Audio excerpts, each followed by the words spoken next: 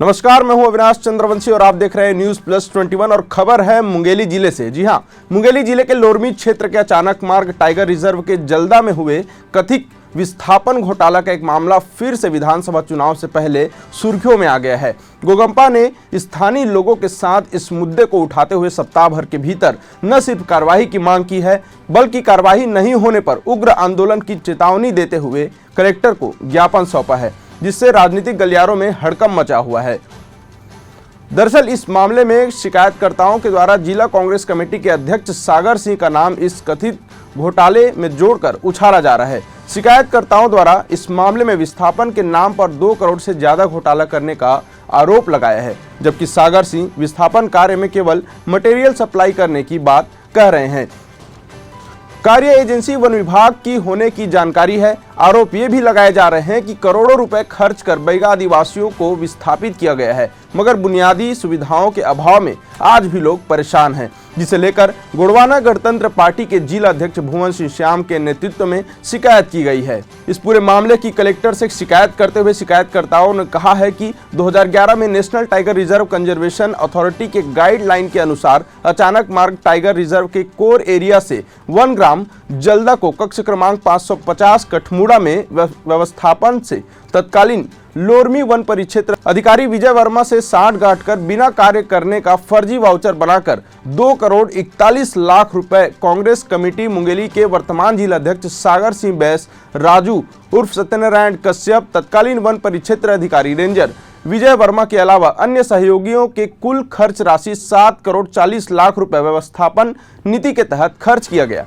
जिसमें सागर सिंह बैस व अन्य सहयोगियों के द्वारा बैगा व्यवस्थापन कार्य में फर्जी वाउचर लगाकर 2 करोड़ 41 लाख रुपए का गबन किया गया है।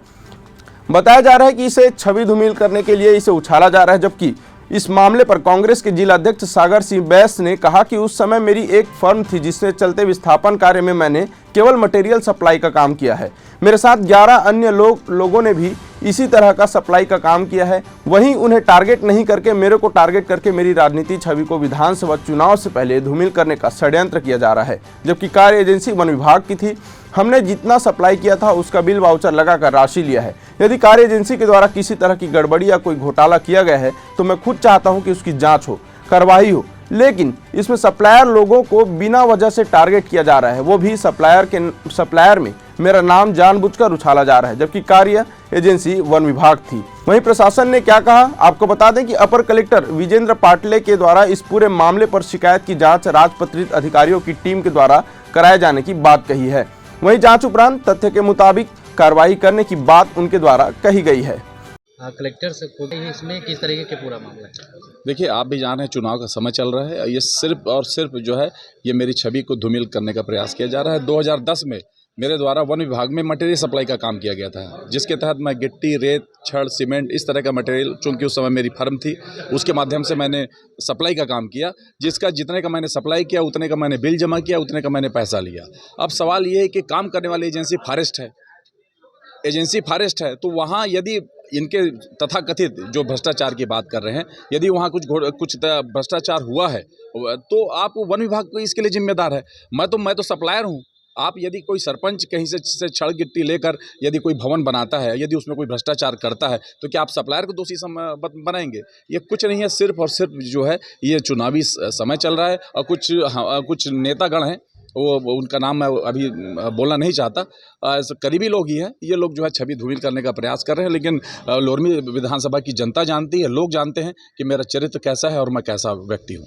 देखिए, कलेक्टेड में जो देखिए मैं नहीं समझता। देखिए, सवाल ये है कि उसकी जवाबदारी मेरी है ही नहीं, तो मैं क्या जवाब दूं? यदि एजेंसी उसमें वन विभाग है तो आपको वन विभाग के खिलाफ जो है आंदोलन करना चाहिए, धरना करना। मैं खुद चाहता हूं मामले की जांच हो जाए एक बार, और दोषी यदि अधिकारी हैं तो दोषी अधिकारी के ऊपर कार्रवाई हो। और मेरी जहां तक जानकारी है, आपको बता दूं, 6 गांव का विस्थापन हुआ था, जिसमें जल्दा के विस्थापन को तत्कालीन जो है भारतीय जनता पार्टी की सरकार के वन मंत्री द्वारा सर्वश्रेष्ठ जो है वो विस्थापन का अवार्ड भी मिला था, आपको बता रहा हूँ। तो वो खैर वो मेरा मुद्दा नहीं है। मेरा मुद्दा सिर्फ इतना है कि मैं एक सप्लायर की हैसियत से था, और आपको बता दूं मेरे अलावा 11 सप्लायर काम किए थे वहाँ, 11 अन्य भी सप्लायर थे। तो आप सिर्फ एक व्यक्ति को क्यों टारगेट कर रहे? 11 सप्लायर थे, क्या आप बाकी 10 के बारे में आपने कोई बात नहीं कही?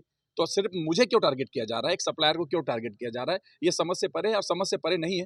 सिर्फ वजह यही है कि विधानसभा का चुनाव है और छवि को जितना सोच रहे कि धूमिल हो जाए ताकि उनका अंक बढ़ जाए, बस यही कहानी है और कुछ नहीं। बैगा जनजाति जो राष्ट्रपति के दत्तक पुत्र माने जाते थे, उनके ऊपर 2011 में सागर सिंह बैस जो उस समय शायद ब्लॉक अध्यक्ष थे और ठेकेदार भी थे उस समय में, जिस समय स्थापित होकर 9, 10, 11 में इधर कठमुड़ा रेंज के पास उनको लाके स्थापित किया गया था। तो वहाँ जो घोटाला किया गया था सागर सिंह बैस के द्वारा 2 करोड़ 41 लाख का वहाँ गमन किया गया है।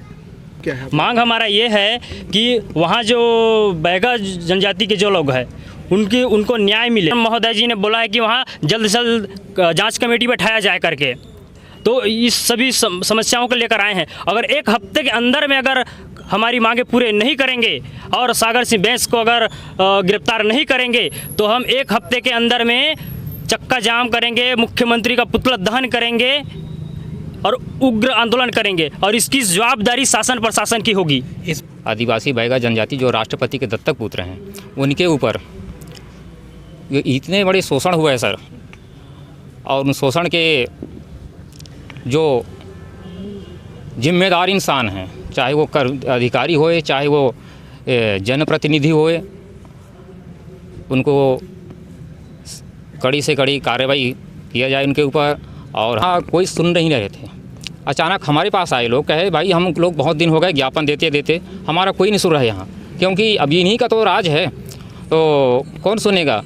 तो सर हमारे पास आए, मिले जानकारी, तो हमें कहा भाई आपको न्याय मिलेगा। ये लोग गए थे मेरे घर में, कहे भैया हमारा कोई सुनने वाला नहीं है, आप सुनिए गुणवाना गणतंत्र पार्टी वाले लोग, ऐसे करके ये बोले। अब पहले हम जुन्ना जल्दा में रहना, तो जुन्ना जल्दा हम कहीं चलो तुमको हम नया जल्दा में लेके बसाएंगे, स्थिति पर तुमको बढ़ाएंगे, तुम्हारा खेती खार को मस्त बना के देंगे, 5 साल तक तुमको बीझा भत्ता तुमको नागर वाहन तक दूंगा। सरकार बोली समझा के दे रहे हैं, कुछ नहीं। क्या स्थिति अभी हमारा बहुत तकलीफ है सर, तकलीफ में जिया था। अब बस तकलीफ में जिया था, कोई धान पान होबे नहीं करे, ना खेती खार बनबे नहीं करे है। बार बिलासपुर के नहीं समय की बात रही थी, उस समय मुंगेली इंद्री समर क्षेत्र बिलासपुर क्षेत्र रही थे। विशेष पिछड़ी जनजाति बैगा जो है वो उनके एक दल द्वारा आज कलेक्ट्रेट कार्यालय में पहुंचकर आज एक ज्ञापन दिए हैं, जिसमें उस दौरान विस्थापन के दौरान जो बातें आई थी उसको जांच के लिए इन्होंने आज ज्ञापन दिया है। और जिला प्रशासन से हम लोग राजपत्रित स्तर के अधिकारियों का एक टीम गठित करके उक्त जो शिकायत है उस पर जो बिंदु है उसका बिंदुवार जांच करा के जो वस्तु स्थिति आएगी उसके आधार पर कार्रवाई की जाएगी। इनके द्वारा उल्लेखित किया गया है, तो हम लोग इंश्योर करते हैं कि जो राजपत्रित अधिकारी है उनकी टीम जा करके एक सप्ताह के भीतर जो भी इसमें जाँच की बिंदु है उस पर जाँच करेगी और रिपोर्ट देगी, उसके पश्चात ही कुछ कार्रवाई करेंगे।